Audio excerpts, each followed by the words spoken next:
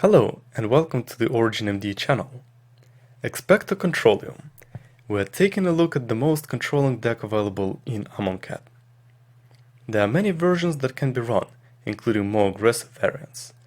This one is the closest to pure draw-go control. The goal of this deck is to control our opponent's board state. We can counter some of his early spells, then counter some more. If things get through, we can remove them from the board. And finish off with our bombs, such as Planeswalkers. To be honest, the main win condition is just making the opponent concede. This deck is all about playing instants on your opponent's end step, and making careful predictions about the board state. For some people this is annoying, for others this is the ultimate Magic the Gathering experience. To understand how much control we have, let's pick an indestructible threat, like an Ulamog. We've got 14 cards that can potentially deal with him. This means that this deck, when taken to the absolute limit, can win against any other deck currently played, if Esper gets an amazing draw. Better yet, the longer the game goes, the better the chances we get to win the game. We just have to hold out until then. Your toughest matchup is likely Aggro, but if you stabilize, the match is likely yours for the taking. Against midrange the story is the same. In control matchups you have the most versatile answers yet. All that's left to do is to collect the cards and play it. This deck is one of the early versions used by Rob on the Reddit Discord. He's been playing Esper for decades now and has perfected it through time. Find the latest version at his Dexbox, linked in the description. A final note before we discuss each card. There are at least 9 Esper decks in the Amonkhet Steam Showdown. Check out those versions too and see which one you find the most interesting. Test it in battle and prove yourself to be the best control mage of all. Now, let's discuss each card in more detail. We start off with Fatal Push. It's one of the best and most efficient removal spells we have in Magic Duels. Takes out a Copter and most aggressive creatures. Late game, it can take out manlands. Can never go wrong with it. Jace can be a nice planeswalker when he flips, but instant speed removal is so prevalent in the current meta, you might as well exclude him if you want. His ability to get instants and sorceries from the graveyard are very welcome in our deck. Blessed Alliance is our answer to hexproof creatures that can't be targeted. Usually the first and the third mode are used for 4 mana. An alternative and welcome upside is gaining life. If you use a Torrential Gearhulk and flash back the Alliance, be aware that you can only use one mode and can't escalate the spell then. Pull from Tomorrow is a sweet card from Amonkhet. It can be used to replenish our hand late game, usually cast on the opponent's end step for at least 6 mana. If used correctly, it can be a game-winning card. Censor is not as good as some people have predicted due to the severe limitations of 1 colorless your opponent may pay. However, it's a nice idea to punish effective on-curve decks, and countering a Planeswalker can make the opponent concede. At worst, you can cycle it away. Essence Scatter is nice against creature decks, and definitely much more versatile compared to horribly awry we had before. Kefnet has performed decently in testing, being indestructible and using its ability as a persistent draw engine makes it a good include in the deck. Scatter to the Winds is a better version of the counter spells in Duels. It comes with an upside of being able to awaken a land into a 3/3 creature. It has to be said that you should use this ability carefully and try not to tap out of mana completely. Broken Concentration unconditionally counters target spell. Not much to be said, just wait for the opponent to play important bombs and counter them. Murder is an unconditional removal spell when the Fatal Push or expertise is just not enough. It gets the job done. It's not work if you enjoy it indeed. Anguished Unmaking is the oldest ultimate answer we have in Duels. With the exception of lands and hexproof creatures, it can deal with a wide variety of threats, including planeswalkers, vehicles, enchantments and indestructible creatures. This versatility makes the 3 life cost worth it. Gideon of the Trials is an interesting card. At 3 mana, he's a solid threat and attacking for 4 every turn is good on its own. Another interesting use is his emblem that makes it impossible to lose as long as you control this or another Gideon. For example, if you've played out Gideon and you're getting milled, you don't lose the game. The only way a mill can deal with him is burning or bouncing him, and you might have counterspells for that. Liliana is a classical high-level threat in Duels. At 3 CMC, she is still the superstar of control and improves the gameplay against our worst matchup, Aggro. Her ultimate is more often than not results in a win, and she can delay most aggressive decks, making her invaluable to us. Cast Out is an enchantment that has flash and can exile a permanent.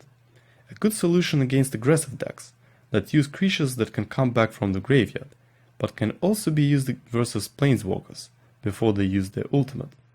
Even if the opponent destroys the enchantment, their loyalty will be equal to the number of counters they come into play with, making Cast Out a solid card. If we take into account the possibility of cycling for white mana, this card becomes even better. Glimmer of Genius is still one of the best draw spells in Duels. At instant speed, we can scry 2, draw 2, and even get some energy for the Ether Hubs. As solid as ever, though a second pull from tomorrow is a strong alternative. Yahenni's expertise is our board wipe of choice that is even more important against go-wide strategies. As an additional bonus, we can sneak in a free Gideon or Liliana if we're lucky. Big Gideon was a nightmare for most decks for many seasons. There are plenty more threats nowadays, but Gideon still packs a punch. He can generate a token army and attack every turn for decent damage. Like all other Gideons, he has indestructible when attacking. Jace is asking wherever your opponent has a license to cast spells, and doesn't look too happy when he doesn't see it. His ultimate can be one of our win conditions, he can draw us plenty of cards, and bounce some creatures. Unfortunately for Jace, he costs a lot, and can be replaced with other alternatives to your liking. Ob Nixilis can destroy a creature upon entry, draw us cards at a cost of 1 life, a typical Dark Exchange, and his ultimate can end the game extremely quickly. Torrential Gearhulk has flash, and can pull our instants from the graveyard, granting us that additional counterspell, removal or draw that we might need. If we could have more of them, it would be great, since it's arguably one of the strongest Gearhulks in Magic the Gathering. Never to Return is our way to deal with some Super Friends deck variations, and exiling threats from the graveyard is another really nice bonus. As for the mana base, we have 25 lands in this deck, so we don't miss our land drops. We have 2 plains, 4 islands, 2 swamps, all the double lands from all the sets, with the exception of Isolated Chapel, of which we have 1 only, 3 Ether Hubs and 4 Evolving Wilds. I expect to play other versions of this deck this season, so there will be more gameplay at some point. Now that we have discussed the deck, let's play. Okay, we have to try again. 1 mana is definitely no-go, only mana. What the actual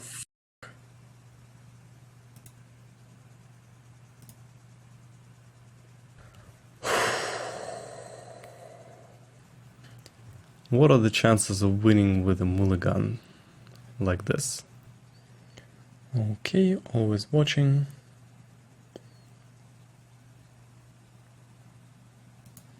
Still think I'm going to push this.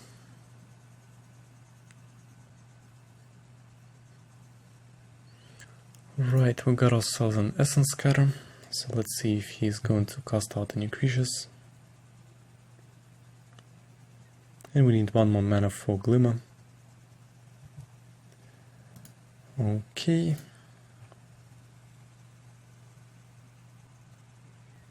Three cards left in our opponent's hand. And we are going to need more mana, and we've got it. Talia is fine. She's still the target of Yahenni's expertise. 1 more mana and a scatter. These look good.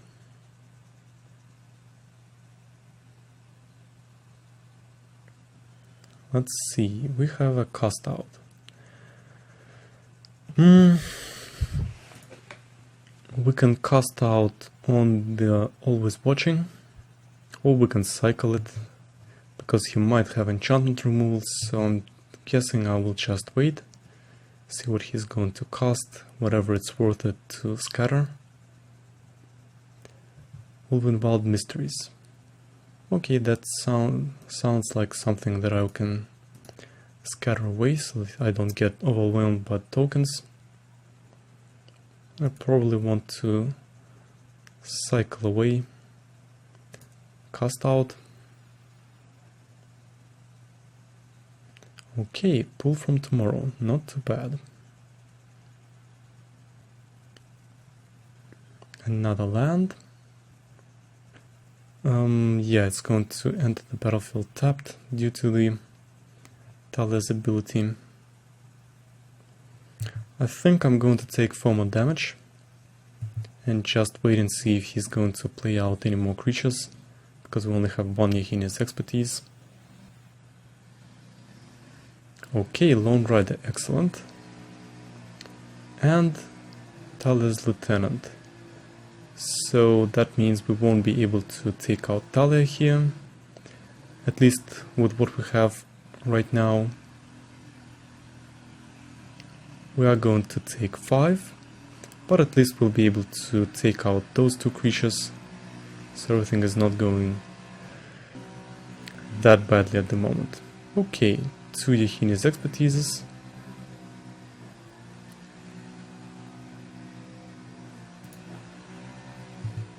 Then we just say go. We can survive 1 other round from Talia. And let's see what we're going to get.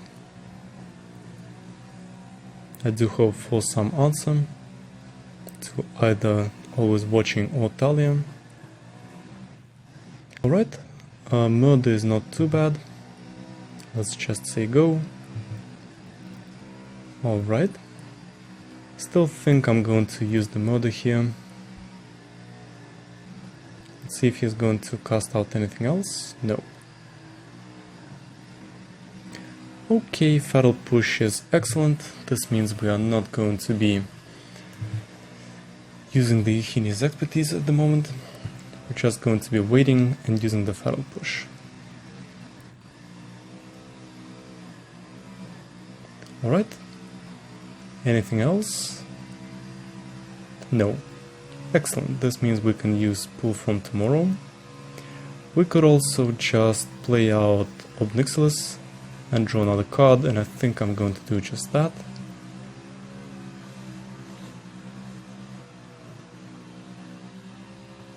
Alright, Heron's Grace. And I'm not too sure why he did this, because what I'm going to do is I'm just going to destroy it. So I think that was a really bad mistake on the part of our opponent. Since if I had first +1 Ob Nixilis, he would have been able to get some decent value here. Nevertheless, let's see what we're going to top deck. It's going to be a Blessed Alliance. Excellent. I don't mind going for 1 more card, hopefully a land. It's going to be a land, so that means we can get some even better value from Pull from Tomorrow. And then we're just going to say go. Here comes the Blessed Alliance. Gain 4 life and make him sacrifice.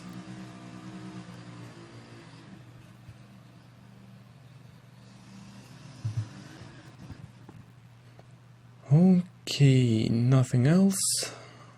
Let's go for one more card and we can play out an island. And I think I want to say go and then use pull from tomorrow to just draw a lot of cards, have a lot of options to deal with our opponent. Alright.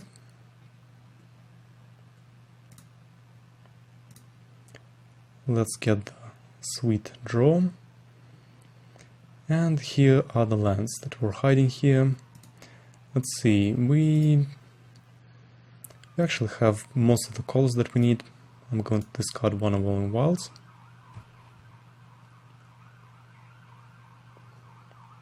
We've got plenty of options here, but I think I want to go for an Evolving Wilds. Let's see if we will have any basics left. Just a few. Let's get a white.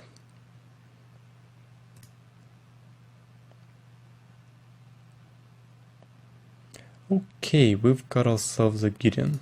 Not too bad. We've got the Scattered to the Winds and Broken Concentration as well. And our opponent has left the game. Okay, it's going to be our turn. And this hand looks decent, although we don't have many removal and draw spells. But we are going to be on the play. So let's start off with a Shambling Vent, then next turn we're going for Sunken Hollow. We have double black, and with the other hub we can have the second white. That is quite optimal, black and red from the opponent. Which is all good, and we have a Blessed Alliance, so that's nice. Okay, it's going to be black and red again, and our opponent might have never. However, until then, I think it's safe to just cast out Liliana and say +1. Let's see what our opponent is going to do. This is Pilgrimage. How interesting. This is going to be a ramp deck of sorts. Pretty interesting. Let's +1 Liliana, and then I think we can just cast out Gideon, generate a token here. See what our opponent's master plan is. Because so far we got a pretty decent start. We've also got a way to deal with any of the really big creatures that he can cast. So are we going to see a concede? Or will it be a fight to a bitter end? Alright, a Hissing Quagmire and Chandra. Okay, Chandra is going to die to Gideon. He's going to deal 2 damage to one of the Planeswalkers, and it's going to be Liliana. Okay. This is completely fine. Now, I do think I can even play out Jace here. We can take out Liliana with Gideon. And now the question is, he will be able to activate his Hissing Quagmire. It might even come with a Sylvan Advocate attached. So I'm not too sure how I can do this. I do know I have Feral Push, so I think I'm going to not cast out Jace. Do we keep the Night Elite on attack or defense? I think we are going to attack, because we do have the Feral Push that we can use, as well as Blessed Alliance and cast out on our opponent's turn, +1 on Liliana. Or we can go for Jace and then we can use the Blessed Alliance. Yeah, that does sound interesting. Let's cast out Jace. And if our opponent is going to have a hasty, nasty creature, we can always use Blessed Alliance and make him sacrifice it, since we are not short on life at the moment. And the pressure is on him instead of us to do something. And if it's just going to be an activation of the Hissing Quagmire, then the Fatal Push is here. And that is also one of the reasons why I didn't... Okay, cut on Jace. Alright, that is completely fine. He is going to activate the Hissing Quagmire, and this is one of the reasons why I did attack with the Night Alley. I wanted to bait it out, and it's a victory. Okay, it's going to be our turn. We have double white, as well as a Fatal Push, possibly a Scatter to the Wind at some time. We are on the play. I think we can keep this hand. Let's start off with Sunken Hollow, so our isolated Chapel can come into play untapped. Okay, it's going to be red, a Goblin Glory Chaser. Good enough. So, no lands, we'll see how it goes. Let's just wait and see if our opponent is going to pump. He is going to pump. So what we're going to do is we're going to Fatal Push straight away, which means that his Infectious Bloodlust is going to fizzle and he's not going to get another Infectious Bloodlust from the library. Alright.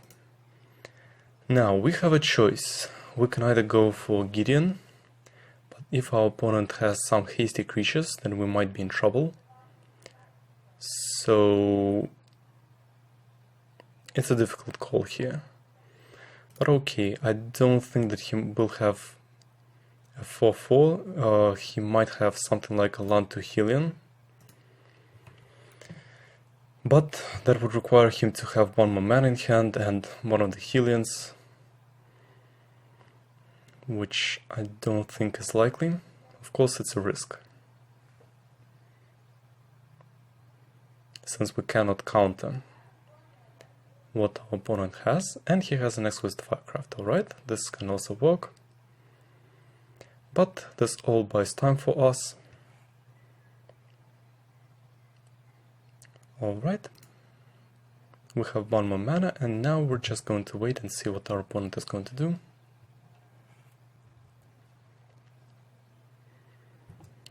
We essentially have 3 turns here, where we can stall and get some more draws, and our opponent might run out of creatures at some point. So I think we're going to just be waiting. We don't have any basics, so our Sunken Hollow is going to come into play tapped. But even if it didn't, I would still just wait, since our opponent is not quitting. Double blue, well, triple blue, white, we've got more or less everything we need. Let's see. Well, we do have all the sources. Let's get one more blue and just say go.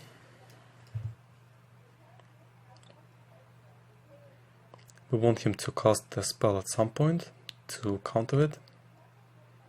Since the longer the game goes, the better it is for our deck and the worse it is for his. And we do have a counter spell up, which means, let's see if we go like that. Yep, we do have blue. And Liliana is generally just very, very good against aggro decks. I've been on the receiving side a lot. So let's wait and see what our opponent does. We can still counter an Exquisite Firecraft if it comes into play. Our opponent doesn't do anything else, which is completely fine. Let's see, we still need one more mana so that we can cast out Jace and keep a counter spell up, so we're not going to do anything else. Okay. Lots of mana, nothing else. Cast out is nice. We're just going to be skipping the turn here as well. Our Liliana is close to ultimate. Cast out can be used on one of his creatures. Ember Hollow. Well, we can counter it. We can even keep a second counter up so that he cannot use his 1 mana. Because he can counter with the cast. If we use the cast out, he can sacrifice the Ember Hollow. So I won't be doing anything else. Alright, Essence Scatter is nice. Our Liliana is just 1 turn away from her ultimate. So we're just going to say go. Okay. And our opponent realizes the futility, and we're going to take it. Okay. We don't really have any draw spells here, but our opponent is going to play first. Let's keep this hand. Red and black. Okay, we've got 2 Blessed Alliances.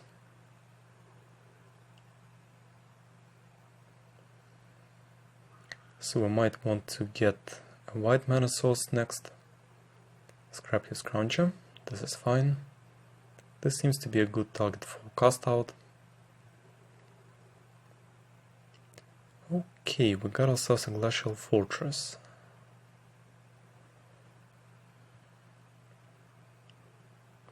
Do we want to keep up at Censor? I think we do. I think we actually do. Let's just say go. And see if our opponent is going to be playing on the curve. No, he's not.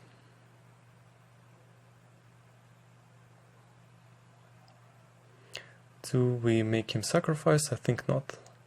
This is still in the region where we can still gain some life from the Blessed Alliance. Alright, a Torrential Gearhulk. Let's get another white mana source. And then say go. Keep up at Censor so that we can counter something big if it comes. We'll take 5. Definitely wouldn't say no to Yahenni's expertise at some point in the near future. Okay. A Soul Stinger.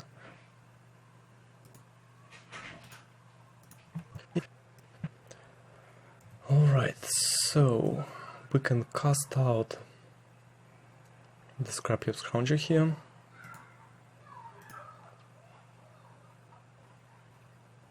And see what our opponent is going to do. Just 2 damage is okay. Since we are nearing the time when we can just go for the Torrential Gearhulk. Alright, a Bone Picker. 3-2. Alright. Sunken Hollow will come into play untapped. We can gain 4 life and he's probably going to sacrifice the Red Wanderer. Or we can go for a Fatal Push on the Red Wanderer and then make him sacrifice his Bone Picker. I don't think I actually hate this, so I'm just going to say go. And then we can also recycle the Blessed Alliance by using the Torrential Gearhulk. So everything seems to be going according to the plan.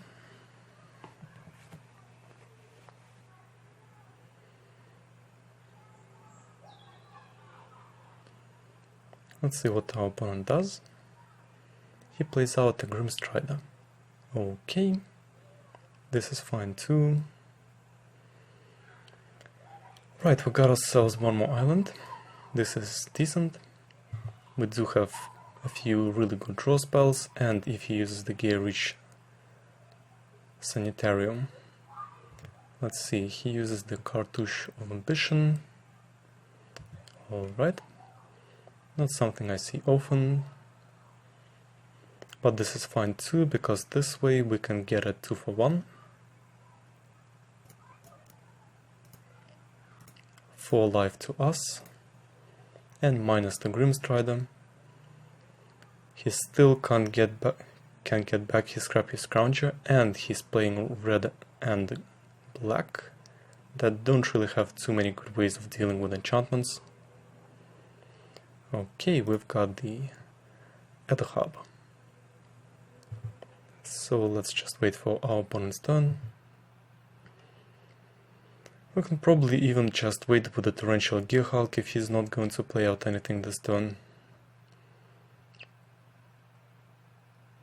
Or if it's something really good. Let's see, it's going to be Bontu. Well, he has to sacrifice a creature to do anything with it, and we have got the Gideon, which means we can simply play him out. Probably keep one more mana for the Gear-Rich Sanctum, prevent any damage that could be dealt by Bontu, and then say go.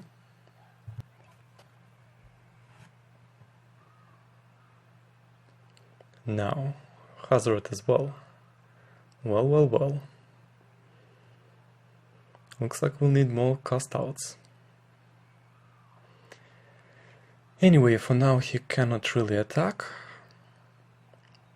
Let's see. I think we want to get in for some damage.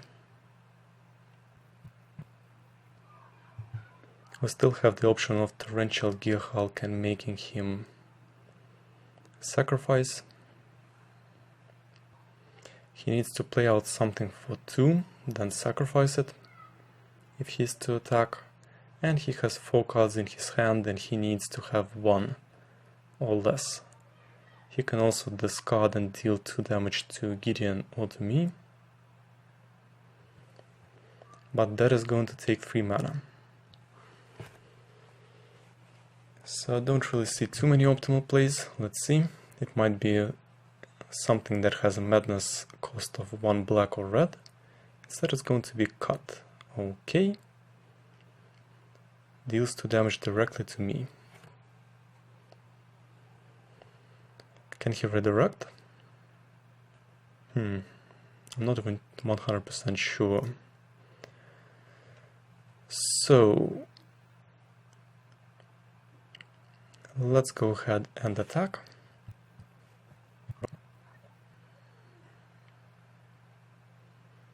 Uses Hazoret's ability again. It's going to be hijack.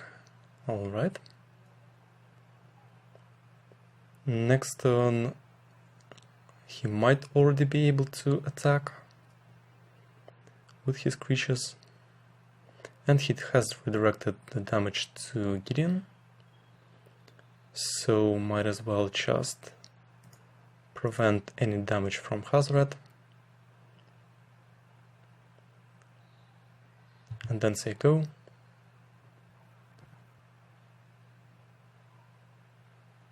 Okay, has a hard pierce and Manticore.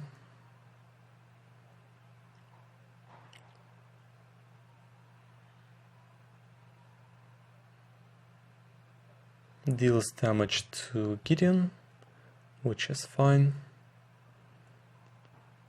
Takes him out of the picture, and we can Feral Push the Manticore in response.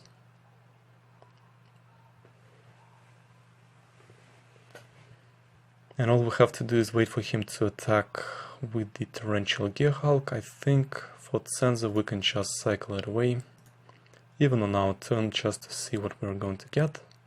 It's going to be another Blessed Alliance. Okay, our opponent may not like it. Alright, a Glorybringer. This is fine. Just watch this.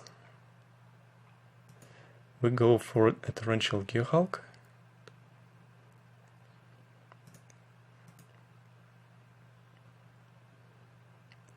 Make him sacrifice.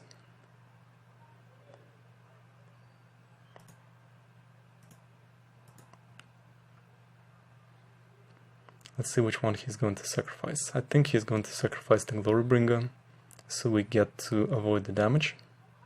Hopefully. Since I doubt he has Shock in his hand. And next turn we can go for a Blessed Alliance. And hopefully this will be so depressing for our opponent that he's just going to give up. Of course, he can also have something like a hijack and make some super interesting play that will foil all our plans, but we do have 16 life, and it's not so easy to get through us while we have a Blessed Alliance in hand. Okay, Trial of Ambition. This means that we're going to have to sacrifice the Gearhulk, which is fine, and most likely he's going to attack with Hazoret. Little does he know, we still have a Blessed Alliance. We're up to 20 life. And in our deck we do have quite a lot of tools, quite a bit more than Rakdos probably has. Those are mostly spells that he would be willing to top deck in the end, so we can definitely take 2 damage from the Dread Wanderer. Cartouche of Ambition, he's going to have lifelink, so he's going to gain 3 life. I think I will allow that. We can still find a better target for a broken concentration. Alright. Gets in for 3.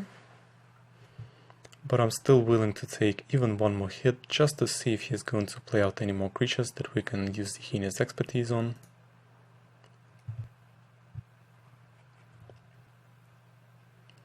Alright, has a bomb at Courier. Nice. Attacks for 4. This is fine as well. Let's see what we're going to top deck. We do have only 36 cards. One of our draw spells would be really nice right now and really welcome. Anything else? Ribbons, but doesn't cost them. Okay. Alright, we got ourselves an Evolving Wilds. We can probably just shuffle our deck a bit more as well.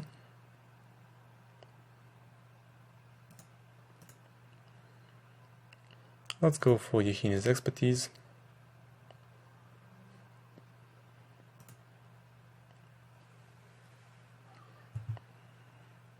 Then see what our opponent is going to do. He does have one trial, as we know. Let's see what else he has in store for us, apart from dealing 4 damage. Alright. Sacrifice one of the Gear-Rich Sanitariums since it's a legendary land. Plays out Trial of Ambition. Well, we don't have any creatures that we can sacrifice anyway. This is just to get back his Dread Wanderer. Okay.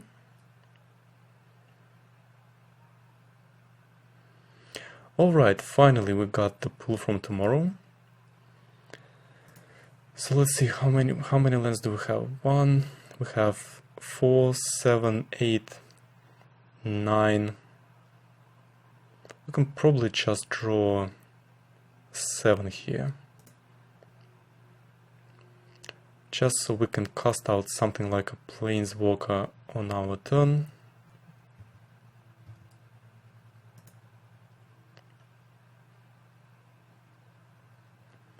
What do we want to discard? We can probably discard one island, since we already have so much that we can do. And on our opponent's turn, I think I'm just going to Anguished Unmaking the Dread Wanderer.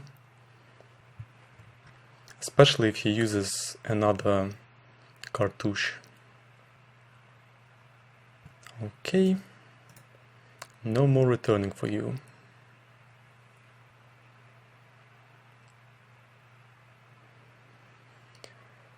He's going to play out the Hard Piece of Manticore, but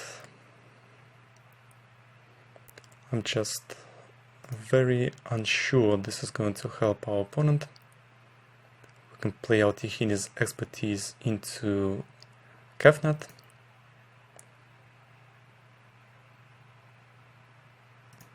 Since it is indestructible and I don't want to give him a target for Jace, he might have...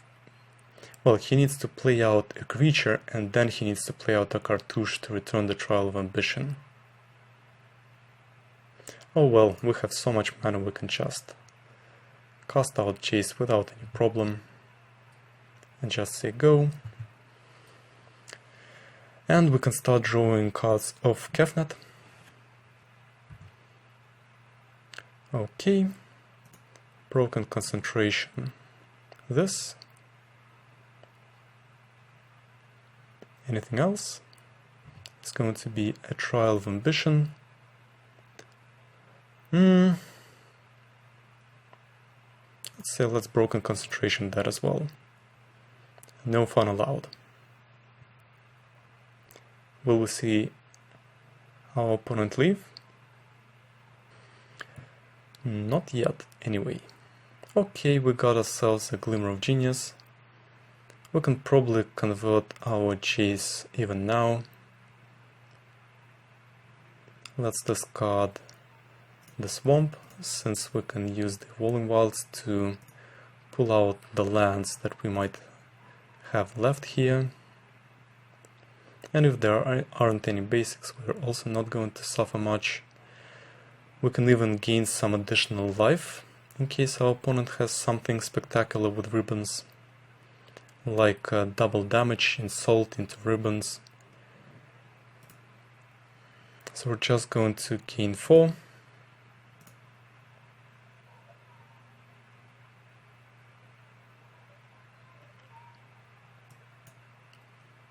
Alright.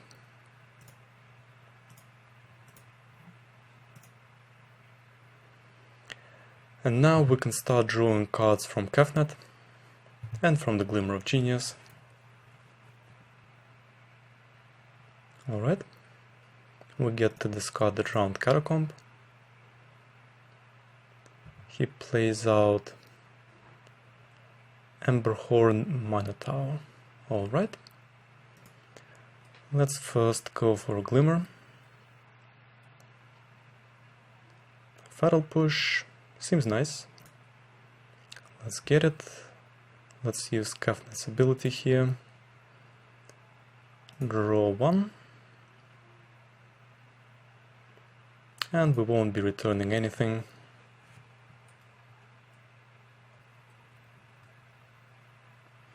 So we can cast out Liliana. We can cast out Gideon.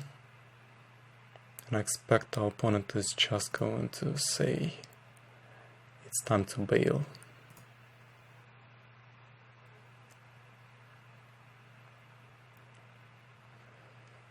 So our opponent might as well not attack. Now we just have to be careful in not decking ourselves out.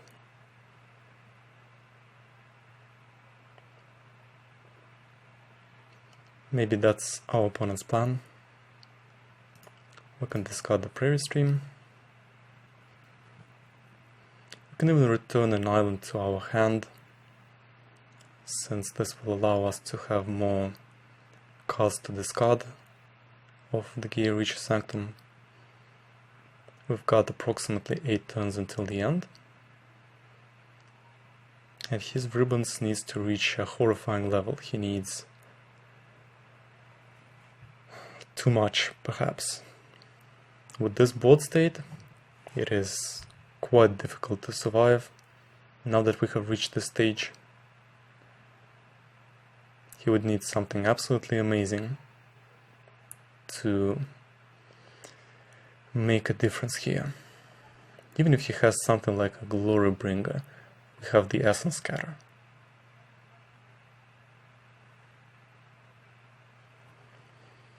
So now it's mostly just a question of time.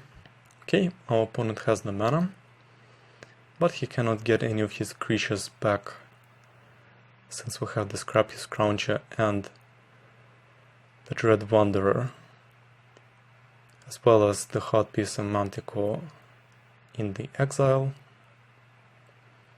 Oh, I even forgot to use Kefnet's ability. Nevertheless,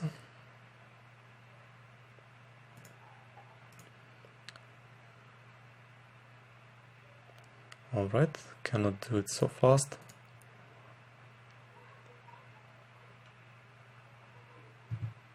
Let's attack with everything we have. No reason not to.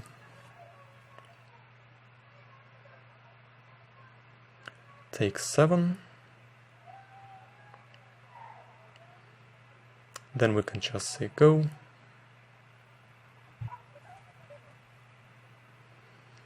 Alright, uses the Gear Reaching Sanctum. I think I don't mind discarding a Feral Push here, since we already have quite a few ways to deal with the small creatures in Liliana, and in the Essence Scatter for something bigger. Let's go for a Glimmer of Genius.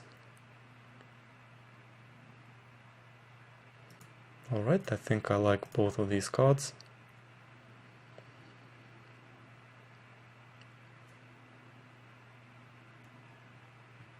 And I think I want to even enable Kefnet to attack, since this is some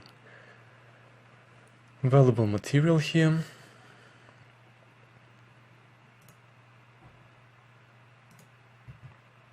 Yep, let's draw a card.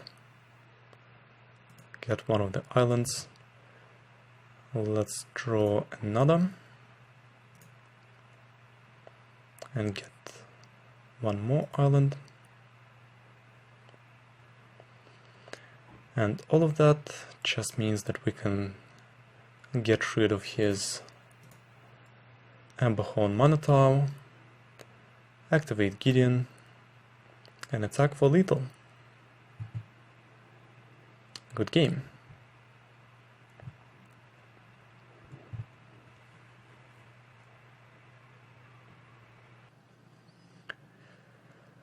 Alright, this looks okay. We are going to be playing first. So we have double blue. Don't really have a white source. Let's see, what do we want to play? Let's play out in the Walling Wilds. Let's see what our opponent is going to play. He has mulligan to 5. So what is it going to be? It's going to be in a Walling Wilds of his own. Okay, I think I want the white mana source just in case. Then we have blue to keep up the Essence Scatter, and we have another black source. Excellent. I wonder if our opponent has missed the Walling Wilds trigger, or perhaps he wants to enable Revolt. That I don't know.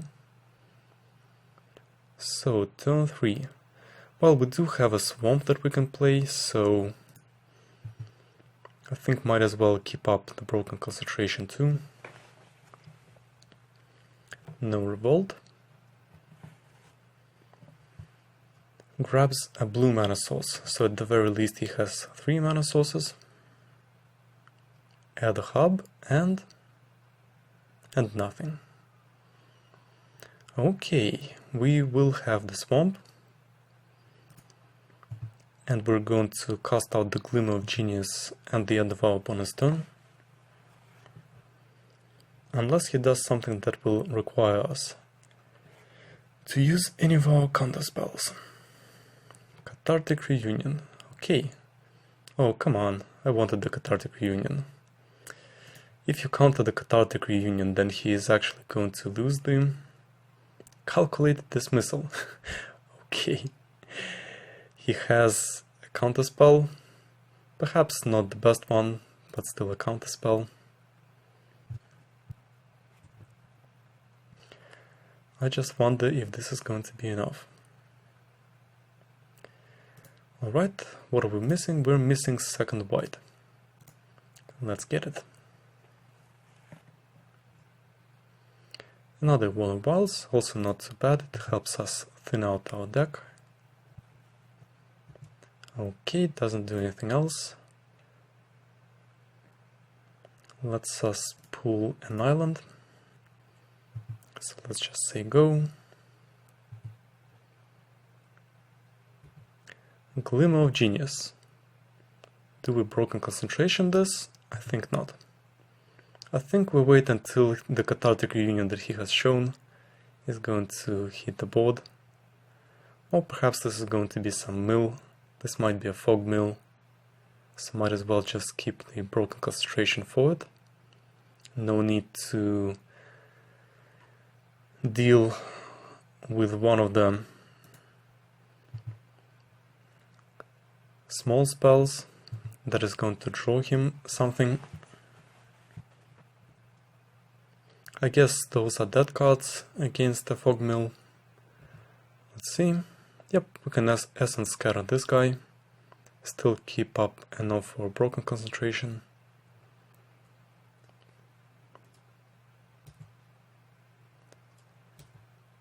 Let's see, what is he going to discard? Yep, this is going to be a mill deck. So I think I'm just going to keep up the Broken Concentration for the mill itself. Not going to do anything to the draw spells. Okay, we've got another another Broken Concentration. Also not too bad. Trial of Knowledge, let's see what it does. Draws 3 cards, then discards. Alright, that is totally fine as well. Let him do whatever he wants. We are sitting comfortably at 2 spells. Okay. Reclamation Sage. Reclamation Sage is fine. Don't feel any pressure by him getting in for some 2 damage or something. Alright. We are getting even more answers to the mill. Now we have 3. Spring is going to enable him to draw more. This is fine. So it looks like we'll be winning against the mill when he mills himself. Alright, another Walling Wilds. We can even crack it and get rid of the Reclamation Sage. Let's get a Swamp. Take out the Reclamation Sage. And then say go. He's going to draw some more cards. This is also fine. Since our counterspells are unconditional. Another Spring.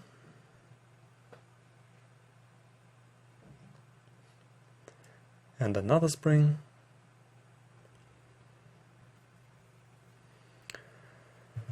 Okay.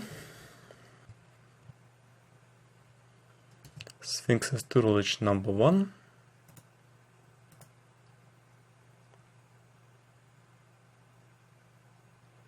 Draws some cards. This is also fine.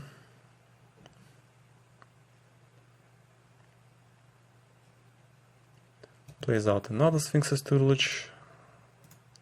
We've got something to answer this as well. Plays out a Glimmer of Genius, which is fine.